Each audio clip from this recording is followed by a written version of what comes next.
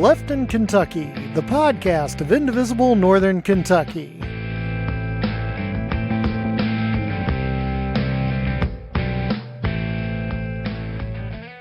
Welcome back to Left in Kentucky, everybody. Hope you enjoyed your week off without us. Sorry about that. We had a little technical difficulties last week. But never fear, we are back with yours truly, Roberto Henriquez. And always, the lovely and talented Miss Ann Dickerson. And the also lovely and talented Miss Amy Ferguson. Hi. Oh, so how you guys been this week? Fantastical. Hanging in there. That's good. Glad you're hanging in there. So it's been, another week in paradise, with trying to places starting to open up from quarantine, which has been interesting to say the least. Fortunately, this week we have, for our interview coming up in a little bit, we have Miss Attica Scott, Representative Attica Scott from Louisville, District 41. So you look forward to that. But in the meanwhile, it's time for our favorite episode, for our favorite segment, our most popular segment, cow patties. Everybody loves the cow patties. So who wants to start the cow patties this week? It's time to step in it. Oops, I've stepped in it. Ooh. That's going to leave a scent. Yeah, why don't you start us off, Amy? I could start us off. So my patty award this week is going to the LMPD, or the Louisville Metro Police Department.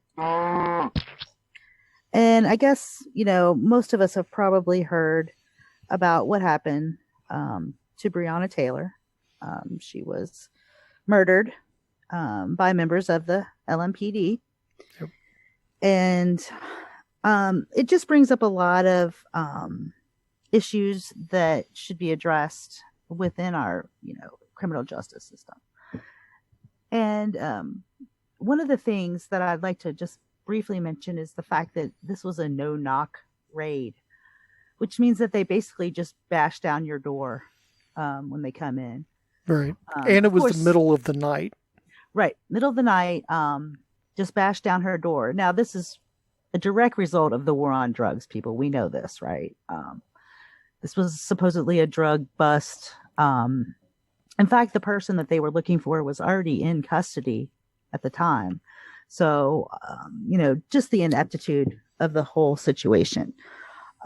I think that we need to start calling for the end to no-knock raids, because, it so often ends in tragedy. Even if the person that they were looking for was there, if you're a suspect in a crime, that doesn't mean you have lost all your rights to your life. It doesn't mean that you can just be murdered in cold blood in your own bed.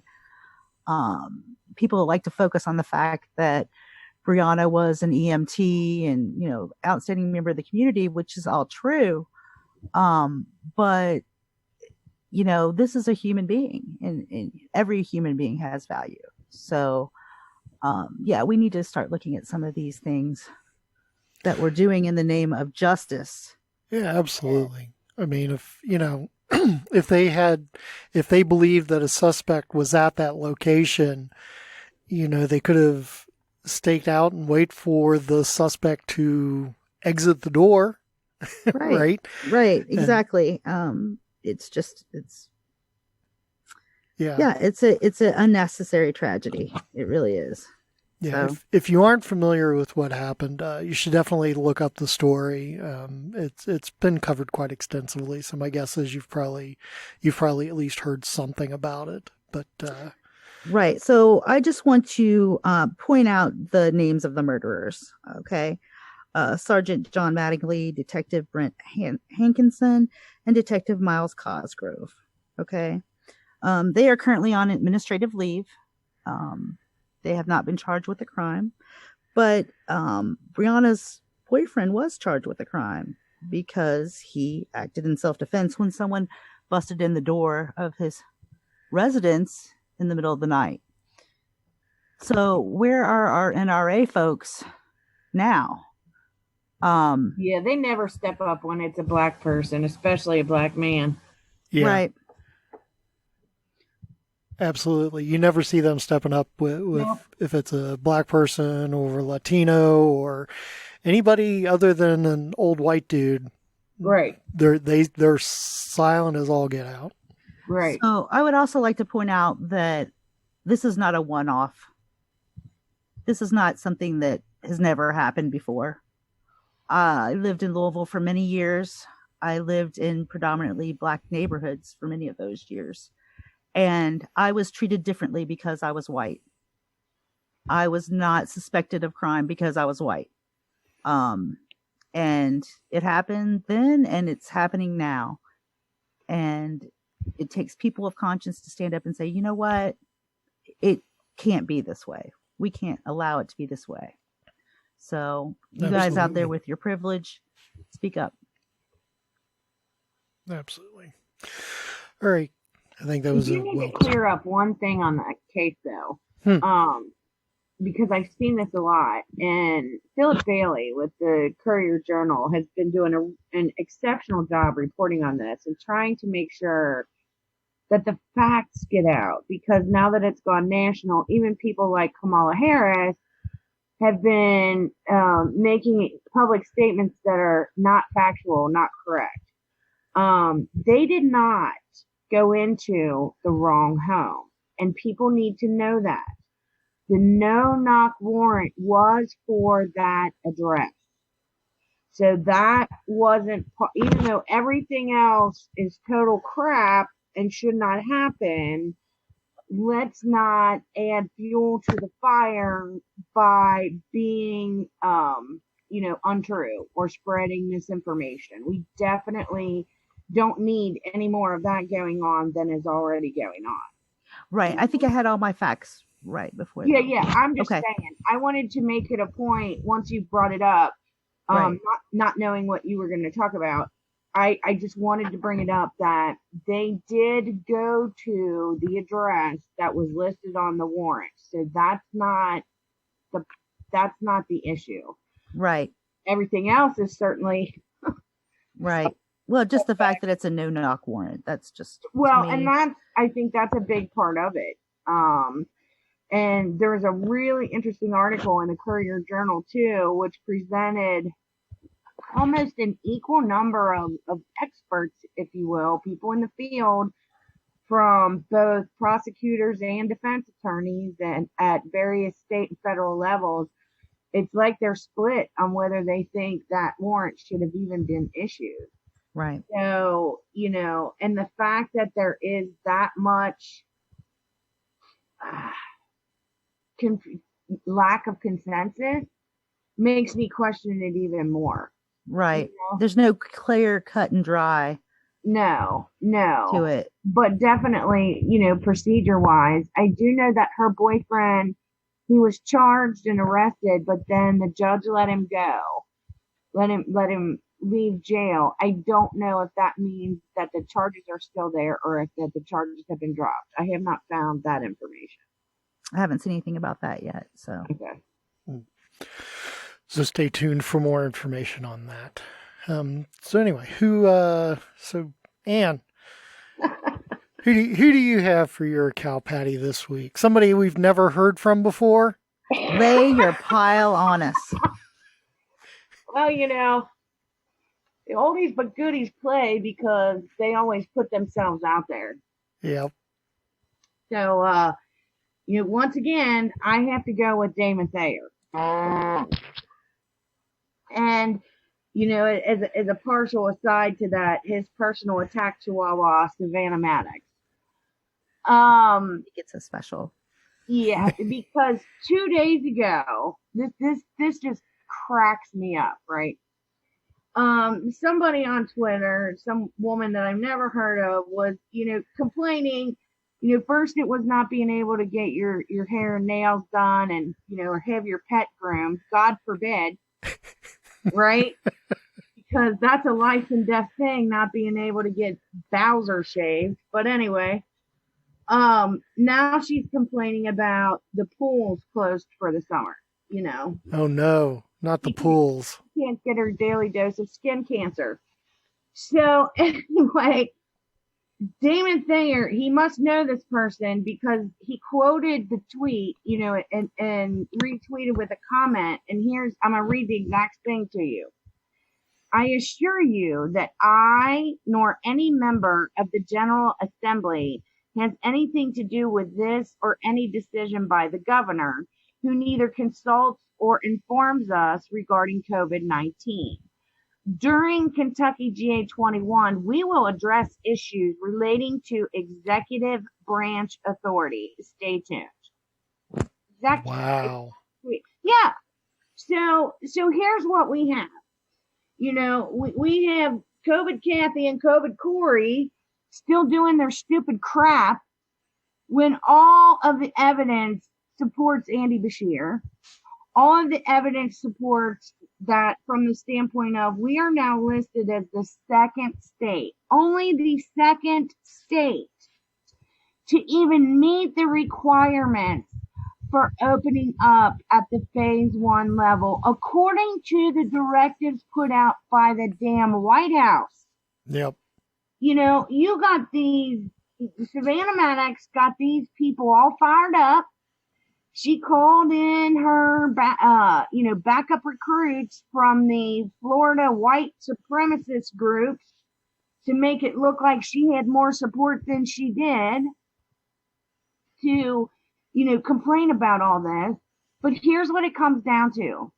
Andy Beshear's approval rating has been over 80% for a very long time. And they're going to do whatever they can to knock him down because he's a Democratic governor. Yep. So what's their answer to a governor with an approval rating like that? They're going to try to strip him of power. I'm going to tell you right now, and I hope some little birdie carries this to Damon Thayer and Savannah Maddox. I will personally camp out on the floor of the Capitol in Frankfurt every friggin' day of next session, because I'm tired of this crap. They act like they represent a huge number of people, and they don't. They don't seem to understand the Kentucky Constitution, which has very specific things listed for the powers of the governor and the executive branch in the case of a crisis or an emergency. They seem to forget that we are still under both a federal and state emergency. Those have not been lifted. So for them to cry over stupid crap, I mean, first off, Savannah Maddox has never had a life outside of her daddy's or her husband's home. So for her to speak on anything is a freaking joke. How she got elected by being the cruelest, most evil, most disgusting, most foul person on the planet to run that kind of a campaign that she did is a freaking joke. But now we got Damon Thayer, he's finally in an election year, and he's got a strong opponent who is a genuinely good guy, who has demonstrated through the issues that he's talked about that not only is he willing to work in a common sense, bipartisan approach, he will put the majority of the people at the front of every issue every time, which is why I think Jason Stroud, is starting to scare Mr. Thayer a little bit on top of Andy Beshear's popularity. And I've seen Republican after Republican after Republican who have publicly said one of two things. Either A, they're so glad they voted for him, or B, they may not have voted for him the last time, but the way he has responded in this crisis has been exceptional, and they will support him in 2023. That's got to be scaring the bejesus out of them. So their answer to everything is to take steps to strip power. First they did it at the Secretary of State level. Now they want to do it at the governor's level. And it's a joke. Who does Damon Thayer think he is? I mean, so what if he's the majority leader in the Senate?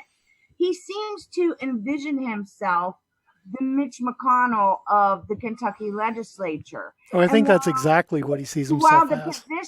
While the positions are equal, the power most certainly is not. Nobody is afraid of Damon Thayer the way they're afraid of Mitch McConnell. Nobody looks at Damon Thayer and goes, ooh, he wields so much power, but he's going to do everything he can to get to that level. And that's what this is all about. And it does not represent the majority of Kentuckians, because if it did, Andy Beshear's approval rating would not be where it is, because you don't get over 80% by only one side voting for you and supporting your efforts, and they know that. Turns out saving lives is popular. Right. So, because COVID Kathy is so upset she can't go jump in a pool this summer, right? That is what he's using as his motivation to strip a governor of power. On what planet does this make sense to anyone? We all know the main reason that he is upset is because racing got shut down and his little horse money making empire was impacted. That's why Damon Thayer was upset. But here's the thing. Horse racing is already reopened just without people watching. Right? And he made absolutely sure, because he bragged about it and the people in the horse lobbying industry bragged about it all over Twitter. He made sure that they were protected in the budget. Yep. Screw the things the public schools needed, screw the things city needed, or anywhere else that they could potentially make cuts. He made sure that industry was taken care of in the state budget of all places. I'm shocked. I'm so shocked. It's not that it's shocking. It's that, these people who... It's corruption, plain and simple. Right. But here's the thing. If this doesn't show, Joe Smith, who's working his farm down in Grant County and struggling to get by, if these kinds of actions don't show him that he has a state senator who doesn't care one lick for him or what's happening to the people in the state of Kentucky, I don't know what will. But this kind of blatant disregard for the Constitution, this kind of blatant arrogance combined with ignorance is going to kill us all. And it's time for people to rise up and put a stop to it. Amen. People need to speak. And you can bet I will be there. Like I said, destitute, no money, camped out in Frankfurt. I don't care if I got to do PTA baths in the public bathroom down there. I will live down there and live in his face for all of Kentucky GA21. I'm not taking it anymore. I'm done. I'll bring you Diet Mountain Dew and cheese sticks. That's great. So we have that to look forward to in General Assembly 21. So that's awesome. Well deserved. Come January of next year, I'm going to be doing the remote link with my laptop sitting on my lap as I'm, there you go. My back against the wall in the rotunda waiting to report on what a thing he's being. Fortunately, next year is the short session, so you only have to do that for, a couple of months. Mm-hmm.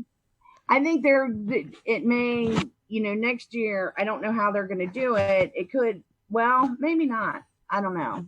Since this year they were supposed to take care of so many things in a long session, but they didn't. I'm sure that they have that on their agenda as well. And one thing I forgot to point out, Savannah Maddox already has the bill. She's already been bragging that she's going to pre-file it for next year to strip the governor of powers in the case of an emergency. And if he has to check with every one of them during a crisis when decisions have to be made, every time, he wants to do something, that's as pathetic and ridiculous as I've ever heard. They're just stroking their own egos. It's a joke. Alrighty, so that's a tough act to follow. Thanks for that, Ann. I'm sure you can find another Patty in the field. Oh, I got another patty. So, and somewhat related, still on the COVID-19 topic. I'm going to give my cow patty to all the folks who decided to. Wow, it sounds like somebody's breathing heavily in the microphone. Feel like people are breathing down my neck already. No, giving my cow patty this week to all the folks who decided to crowd into all of the restaurants in over in Cincinnati that just reopened, and they were wall to wall, shoulder to shoulder. I don't know if you guys saw any of those pictures, but all the folks who decided it was much more important to just pile in instead of trying to maintain some distance and help people be healthy. You got my cow patty. Yeah. There we go. I lost my cow patty. Themselves. I'm going to be real curious to watch the stats in Ohio for the next 2 weeks. Because, in other states, did you see Texas? Did you see what's going on in Texas? Like, they just had, and I think, man, everything happened like 2 days ago. They just had their biggest day ever of over 1,000 new cases in a single day. Right after, and this was like within 5 days of them opening everything back up. And of course, they're trying to say, well, it's because we've increased testing. It's because we've increased testing. Okay, then don't you think maybe the, I don't know, logical thing to do would be to wait until you had all of that testing in place to see how permeated through your constituency it was before you decide to open back up? And this is the kind of logic that just seems to escape these people. It blows my mind. Just blows my mind. I did see that DeWine said that he'd start pulling liquor license and business license for people that weren't following the rules. So that's good. At least he's getting that out there. Well, at least there's that. Definitely. Yeah, so I don't know. I think we're going to see, I agree. I think we're going to see a huge spike come around here in a few weeks. And it'll be interesting to see if they actually decide to close things back down or if they just decide, you know what, people's lives they're just not worth it. We'll sacrifice 100,000 or so and not even think about it. Right. If it's somebody and it's a small number, people care. But it's like when you get to a certain number, it's automatically a statistic then, and people see it that way as a statistic and not as individual lives. And, this lack of empathy, it's just a current running through so many things going on right now. That's going to wrap it up for our cow patties this week. And you can look forward to a new batch next week. Joining us this week, we have State Representative Attica Scott from District 41 in Louisville. Welcome to our podcast. Thank you so much. I appreciate you having me. Yeah. So let's see. Lots going on. We just finished up the most recent session in General Assembly, and I'd be real interested to kind of hear what you think were some of the high points and maybe some of the low points from this past session. All right. You want me to just go ahead and jump in? Yeah. Jump in where you want to. Sure. Well, I will say that as most people know, it was an extremely unusual session with COVID-19. And for me, it felt like the session that would never end because we were off for our regular break for the veto period. And then because of COVID-19, didn't come back for a few days and then came back for a couple of days and then took more days off than anticipated. And we just did that for a few times. And it was an unhealthy and unsafe environment to be in, not only for our physical health and safety, but emotional and mental as well. And so it was an extremely unusual session. I I know will say that. there Go definitely ahead. seemed to be a lot of struggle with how to try to conduct the session safely when you were there. And I know that I know that some of the time you were sitting in the gallery trying to maintain social distance. Yes, exactly. So a few of us very early on took the initiative to distance ourselves by sitting in the gallery and texting our votes to our colleagues. And I know, a few of us also early on wore masks. And despite having at least for me, having my colleagues mock me for which, I'm not surprised. As the only Black woman there, I get singled out quite often for things. So I was the only one who really got mocked for wearing a mask early on. Although there were a couple of other people who wore masks as well, but I don't care. Right. You can mock me all that you want to. My health, the health and safety of my family, quite frankly, their health and safety is much more important to me than somebody making fun of me wearing a mask and then ending up a week and a half later wearing masks themselves. So that's the kind of session it was. But as far as legislation goes, there were definitely some highs and lows. We did pass a few measures related to COVID-19. We also did pass a couple of measures related to education and health and the criminal system, so-called justice system, a couple of bills around economic development. But unfortunately, there were the lows. There's Senate Bill 2, the photo ID bill. Yeah. Most people know will have a disproportionate impact on people living in poverty and Black folks and other people of color. And I just want to say to the people across Kentucky who stood up and spoke out about Senate Bill 2, thank you, thank you, thank you, thank you. Because sometimes in Frankfurt, I'm going to be honest, when it comes to issues that we know are about race, our white folks can be silent and not say or do anything, and that's painful and it hurts. But I appreciate the fact that folks spoke up about this bill and did not let it get vetoed without challenge. So I just want to say that to people across Kentucky.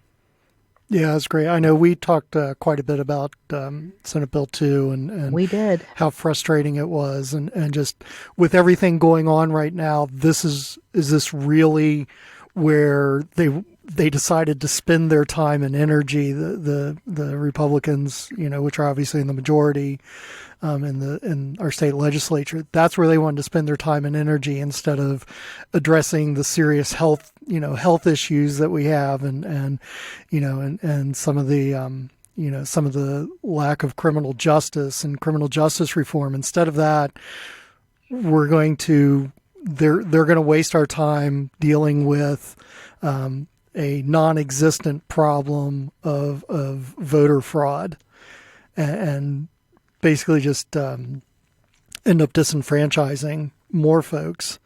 And with the shutdown, right, even if you wanted to get an ID, with so many offices shut down, it's impossible to get an ID if you don't already have one.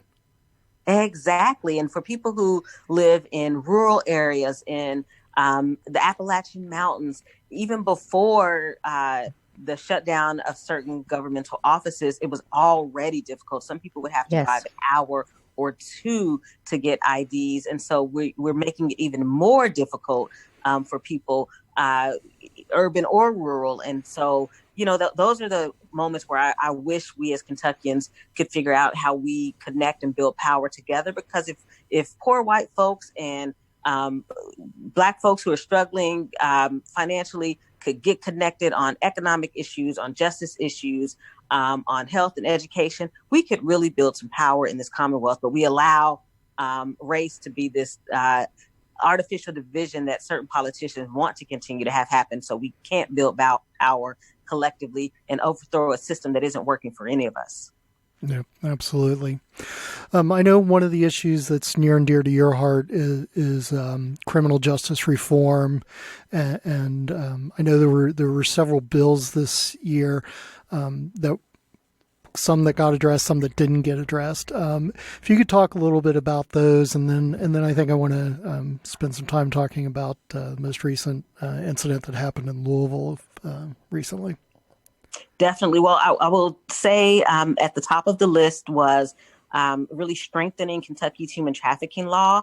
When I think about things like the Derby and other horse racing events, we have to have stronger human trafficking laws in Kentucky. So that bill did pass. Automatic expungement of certain charges passed. So that's a plus. There was a bill that passed around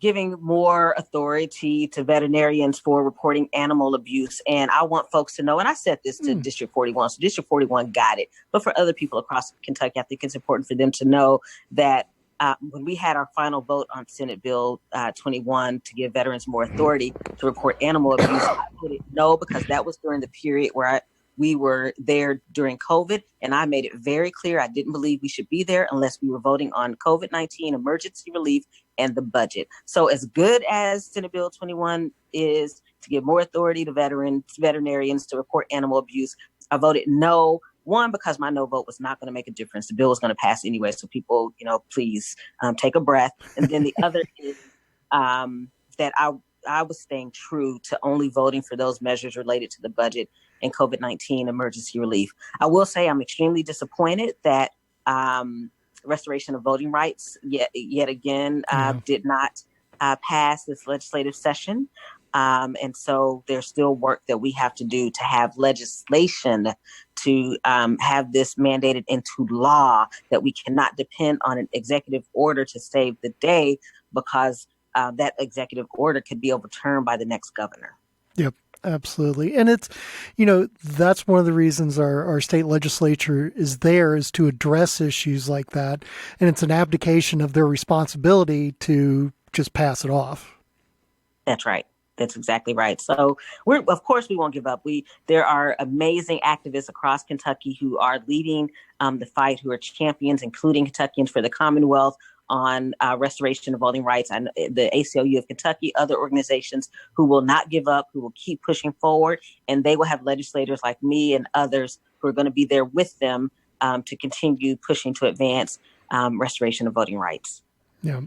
So that kind of leads us into an incident that happened in Louisville recently, where some plainclothes policemen were allegedly serving a no-knock warrant and burst into someone's house and shot and killed the resident, who turned out to be an EMT.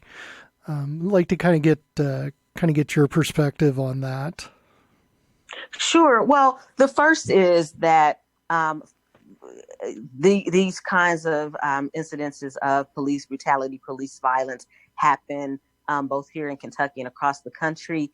And in Kentucky, unfortunately, we try to allow ourselves to think we're immune, but we're not.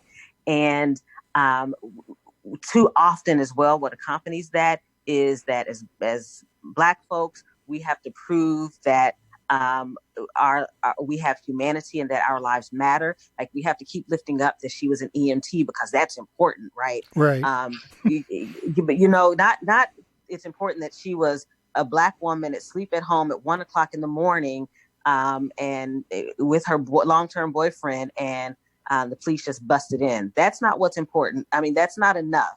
We have to make sure we keep saying she's an EMT so people will care, that they will have compassion. And that happens all the time. But we also have seen this week where a local television station decided to go and get her employment records to try to bash her character, which also accompanies these kinds of incidences, because we've got to make sure that the Black victim of this police violence has something negative in their record to somehow justify them getting shot and killed by police. Well, So I don't I feel like even if she... I, for one, cannot act like I have never been in an employment situation where I have not had some ding on my employee evaluation. I know I have some dings, because I'm going to talk about race and I'm going to call folks out, even on the job. And so, of course, I'm going to have some dings in my employee evaluation that probably say she's difficult to work with, or an angry Black woman, or some mess like that. But that does not justify shooting and killing me. Yeah, absolutely. Amy, I know you used to live in Louisville for a while. Right. And, even if she was guilty, even if she was the person they were looking for, that still does not justify murdering someone. So, our police too often, do the line of, I'll, do it now and ask for forgiveness later, and my buddy's got my back. And it's not just white officers that do it, it's black officers that do it. There is a victim, there is a part of it that is race for sure, but I think that there needs to be some sort of mandated training in all of our police forces, just so they realize the impact of their actions. I mean, I just feel like they feel like they're above it. Well, I think more than training, we need to have people that are held accountable for their actions. Sure, yeah. Yeah, there's accountability. There's accountability, and yes, there is training. And I was the first and probably only legislator who said that when the recommendation, mandate, whatever you want to call it, came down for people to start wearing masks when they're out in public. The first thing I said was, I hope what accompanies that is anti-racism training for law enforcement, because I know that my son and my brother refuse to wear a mask because they know, as Black men, my son, a young Black man, my brother, an older Black man, that they, with their masks on, can be harassed or shot and killed by police. And so, but of course, anti-racism training didn't accompany that decision, and it won't. Right. And I have for 3 years now filed legislation to have an independent investigation of police shootings. I do not believe that the police can police themselves. I do not believe they can investigate themselves. No one should accept that. And, unfortunately, that piece of legislation has had no support from my mayor and no support so far from our current governor. So while people are lamenting what happened, there is policy that's been proposed to address some of what's going on in this moment we find ourselves in. So people need to step up and say, okay, even our favorite elected officials also have to be held accountable to make sure that they are supporting legislation that does say to Black folks, your lives matter. Absolutely. Definitely. So let's see. So moving on, we're getting ready for the next General Assembly session, the interim session, and I understand you're after a short break, you're already heading back in to start working on the next session. We are. So the interim session will begin in June. So that's when all of our committees meet combined, both House and Senate. So, for example, I'm on the House Standing Committee on Education. So the House and Senate Education Committees will meet jointly as an interim joint committee. They meet once a month, all of the joint committees during the interim session for about 5 months between July and November. At this point, I think that we're taking August off. But the committees meet, and we often will hear updates, for example, from the Department of Education or whatever committee you may be on. You'll hear updates from those particular bodies. And in some cases, some legislators will have the opportunity for a discussion around their bills. We're not able to vote on anything during the interim, but there will at least be discussion on some legislators' bills. I'm hoping at least 2 or 3 of my bills will have that opportunity to be heard during the interim, so that people can learn why some of the issues I'm advocating for are important. And then what's also going to happen during the interim, at least for me, is that I will be doing what we call pre-filing bills, which is filing bills for people to begin to have discussions around and become educated around before they get formally filed during the legislative session that begins in January. So we appreciate that. I think it's important, the pre-filed bill process. Often on this show, we've complained about the the bills that get submitted at the last minute. There's obviously an issue with that happens, but a lot of bills do get pre-filed and submitted ahead of time, and you can look those up on the Legislative Research Commission site, LRC. They have all those pre-filed bills and what they're about. And then these interim committees are broadcast on KET. I know a lot of people go to KET during the General Assembly to watch the coverage. But in these interim sessions, KET typically broadcasts these committee meetings, and you can actually listen to a lot of the discussion and fact finding that the committees do. Yeah, I would encourage folks to, if you're able to, on whatever your smart technology is, to download the KET app because you can watch from there as well as directly online from your desktop if you have a computer at home or your television. And then I would also encourage folks to bookmark the legislature.ky.gov website because, as Roberto said, that's where you'll be able to track bills as well. So if, for example, you were interested in my legislation around maternal health, you could track that bill, follow it, see when it gets formally filed and see when it goes to committee. And if it gets out of committee and goes to the House floor, you can track that and monitor that. So, I'm so glad that you mentioned the website, Roberto. Yeah, we always try to push that website just because there's so much information on there, and it is a lot to digest. I mean, it's impossible to keep it all in your head. You have to have some place to look it up and refer to it, and stay up to date. So, so also coming up in June, we have a little primary that's happening. We do. It's huge, folks. I know that. Folks, we're looking forward to voting this month, May, and that's been pushed off by 35 days to June 23rd. So please, folks, be sure to remember June 23rd.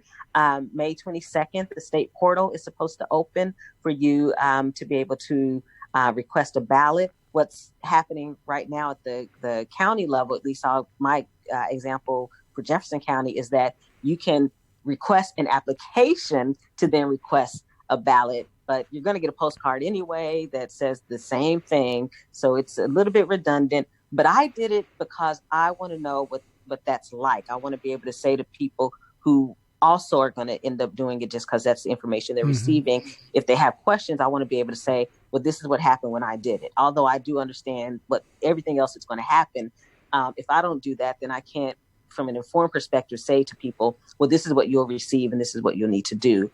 I think it's also important for people to know that in places like Jefferson County, with nearly 1 million people in population, we're going to have one polling location. Probably the Board of Elections meets on Tuesday of this week to formalize that proposal. It's probably going to pass, but we're going to have one voting location, one polling place for the entire county of nearly 1 million people. For folks to go to. That's it's insane. Probably going to end up being at the fairgrounds because that's the biggest place to be able to have the physical distancing. So, folks need to pay attention to those kinds of things because that means that a place that's not easily accessible by public transportation and is not necessarily a central location is going to somehow we're going to expect the people from east to west to south are going to be able to get there and vote if they have not sent in their mailed-in ballot. Yeah, because the fairgrounds, that's out like on the Beltway, isn't it? The fairgrounds is by the airport, and so it's a very I used to live right there. Complicated location. Yeah, I know. Right off Preston Highway. I know a lot of counties are doing that. Boone County, which has a large population, and happens to be where I live. I did the same thing. I went ahead and contacted my county clerk to request the application to request the ballot because I wanted to see what that process was like and how quickly we would get that. But we're going to have one singular polling location. That's important for people to know. And what I've been doing is, every Tuesday and Thursday, I try to put out information related to primary election day voting. And I put out the information that I have at the time that's coming from both my county clerk and the state.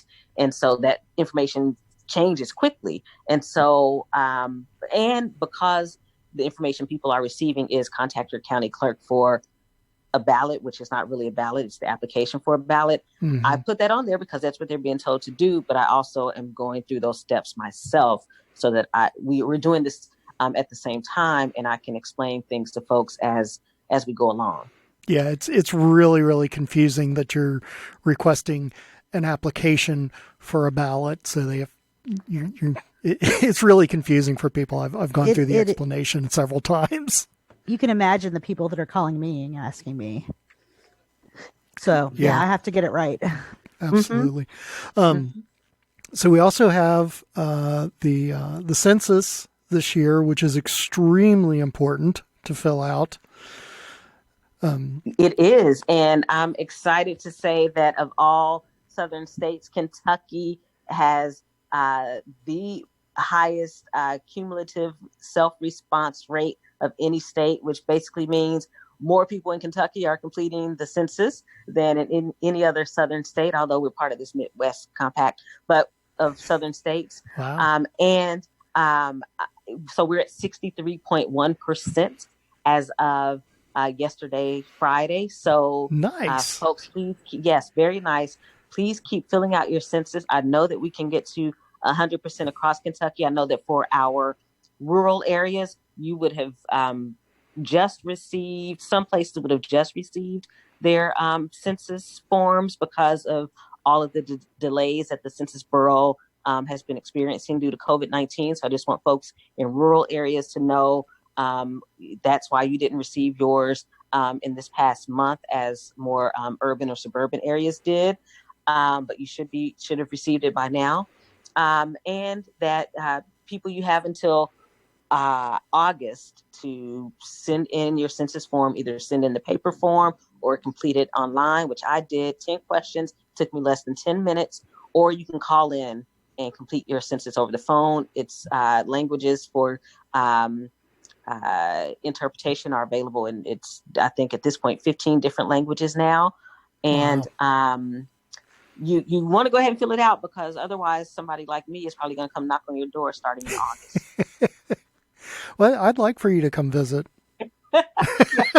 It's too late. You've already done your census, Roberto. Man, I already did my census. No, when Attica and I get together, we always have a good time. Great conversation. So I'm always so true.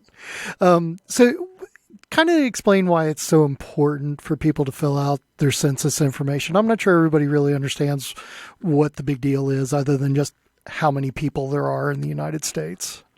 That's so fair. And so my first time actually being involved with trying to get people to complete the census was 10 years ago. So folks, we only do the census once every 10 years. So you won't have another chance to be counted, or for your babies to be counted for a decade. And so what that means is that in Louisville, for example, that's about $2,021 per person that will be lost for each individual who's not counted in the census. We cannot afford that. And so if we want funding for, and I say this to people in West Louisville where I live, I say it all the time, if we want funding for those jacked up roads in West Louisville that don't ever seem to get repaired while everybody else is in the East End gets repaired, then we got to fill out the census. If we want funding for good quality schools, school buildings, textbook funding, instructional material funding, complete that census. Make sure you count the kids, count the babies. Any baby born on or before April 1st of this year, count the babies. Those are the most undercounted group of people in the census. If you want to make sure we have funding for healthcare services, EMTs like Breonna, if you want to make sure we have clinics, etc., complete the census. If you want small businesses, because today would have in Louisville would have been support small business, independent business Sunday. If you want independent small businesses to come to your community, you've got to complete the census so they know when they're looking at data that, yes, this is the place I want to invest in because they have the numbers. They have the people for me to bring my business and expect that it will be able to be supported. So folks, lots of reasons to complete the census. I will say that babies, kids are the most undercounted in the census. It's a really interesting situation to be in, that we're not counting them. that Black men and other men of color are the most undercounted in the census. We got to make sure that we're counting Black men and other men of color. And we got to make sure that we're counting people with disabilities and people who are LGBTQ, people who are most left out, left behind by government, systems of government, other institutions and systems are the people who are most undercounted. Yeah, excellent. It's very important, and it's you hear about things that some things aren't they're nonpartisan issues, and this is one of the most nonpartisan issues out there is getting a good count of the people for services that are provided. That's right. So. Well, in Roberto, I will also say services and representation. That I want to make sure I also remind folks that the census is important to make sure that you have the representation that you deserve at both the local, state, and federal level. So if, for example, in West Louisville, where I live, we have 3 of us who serve our constituents in Frankfort. If you don't want redistricting to happen and for our 3 districts to be merged into one because of a census undercount, then complete the census. Kentucky has lost a seat in Congress over the past 2 decades because of a census undercount. So we can't afford to continue to lose any more representation in DC. We can definitely afford to change the representation in DC and who's up there, but we sure can't afford to have fewer seats. Yeah. So you got plenty of stuff to do. You got the census that you need to do. You got the primary and the absentee ballots. I guess have you gotten any feeling as to what may happen when it comes to November for voting? We're not sure yet what's going to happen at the federal level. And so, but we've gotten some really great proposals from people like Elizabeth Warren as it relates to elections and what we could do to make sure that we have all vote by mail, for example, and to make sure that that postage is paid for already with the tax dollars that we send to our governments, instead of people having to then figure out how do I go get postage to send in my ballot.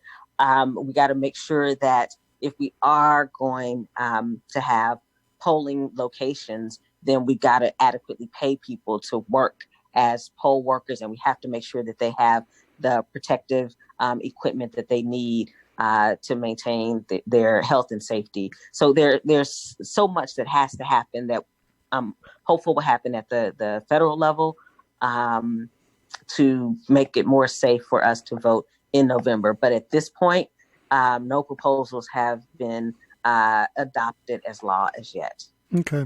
And I know it's a little, I know it's a little different when it comes to this November's election because it's a presidential election. So there's more, if I remember right, there's more onus on the federal government to dictate how that has to be conducted as opposed to just a state election where the state really has complete control of how the election is run. Right. We have more control over the primary. We have some, of course, over the general. But because it is, as you said, a presidential election year, there's going to be much more focus and quite honestly, as it should be, a lot more responsibility at the federal level to make sure that these elections are safe and that they are secure. Excellent. All righty.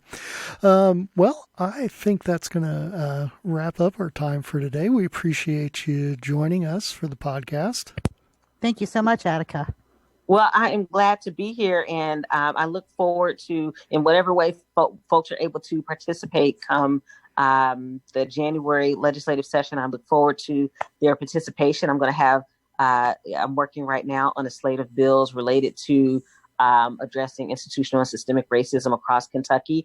And I'm going to call on folks to step into your discomfort and realize that it's not about you. It's about people who are, and I'm saying this to white folks, it's not about you. It's about the people who are most directly impacted by institutional and systemic racism, who continue to be hurt by that across our Commonwealth. And I'm going to ask you to step into a place of discomfort, and be supportive of folks whose shoes you may never, ever have to walk in. Yeah, very good. I look forward to seeing that legislation. Do you Thank have, you. so if somebody wants to find out more about you and your positions, I'm assuming you probably have a website, social media that people can check out? I do. So I will say that, as Roberto said, our legislature.ky.gov website is amazing. You can search by my name if you wanted to. You can search by a topic if you wanted to. But if you search by my name, you will see all the bills that I have that I had filed, so you can get a feel for what I believe in, what I stand for. You'll see that much of it falls in lines of the health and safety of girls and women. And you will also find my contact information for the legislature there. But you can also contact me, or you can follow me on Facebook and Twitter at Attica Scott 4KY, ATTICA, the number 4KY. And I also have a State Representative Attica Scott page on Facebook. And you're welcome to follow what I post there. And sometimes I'm able to respond, sometimes I'm not, because I also work full time.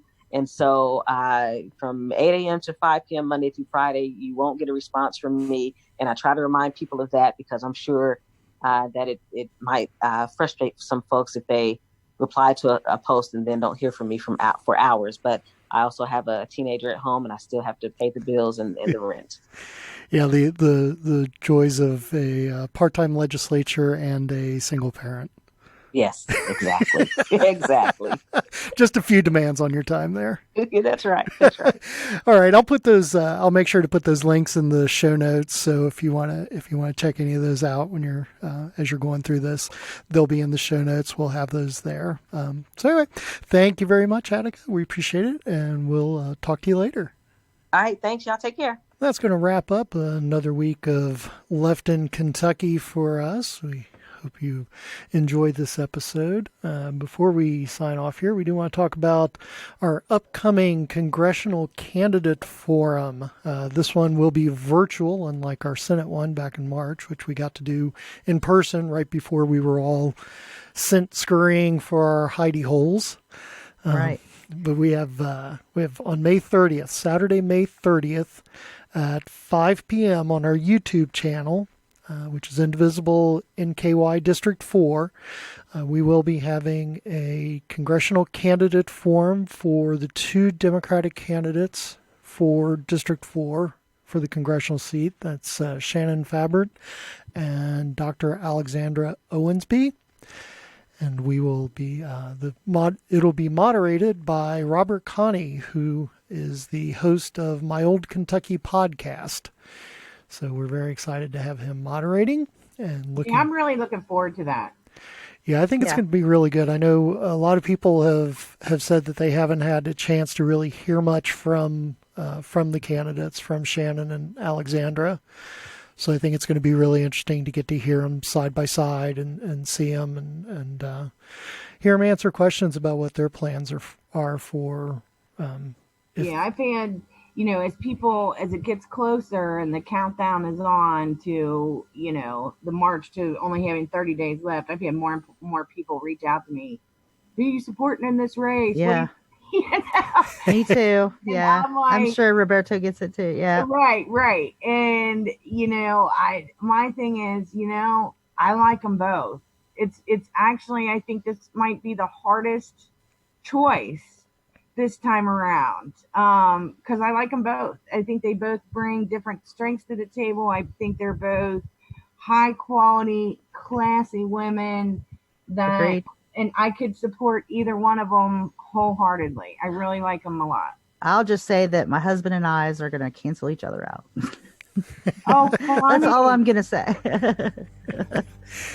All right. So make sure you got that on your calendar again. That's May 30th, Saturday, May 30th at 5 p.m. on our YouTube channel. So check that out. That's in a week and a half. And let's see, not sure who we have coming up next week. We're still trying to schedule that out, but our guest from last week, Ryan Salzman, will be on in 2 weeks. So you can stay tuned for that. Until then, this is Roberto Henriquez. Amy Ferguson. And Dickerson. Until next week.